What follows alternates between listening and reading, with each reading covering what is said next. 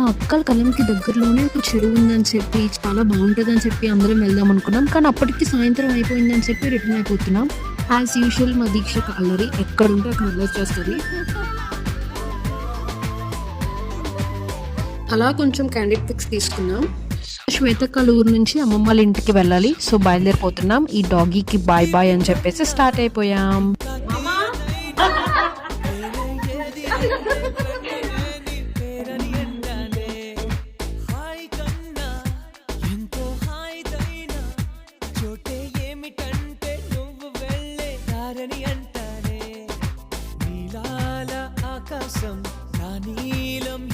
అమ్మమ్మతో అలా కాసేపు time spend చేశాక ఇంకా డిన్నర్కి సత్యం రెస్టారెంట్కి వెళ్ళి అలా లాస్ట్లో బీచ్కి వెళ్ళాలని చెప్పి మేము డిసైడ్ అయ్యాం.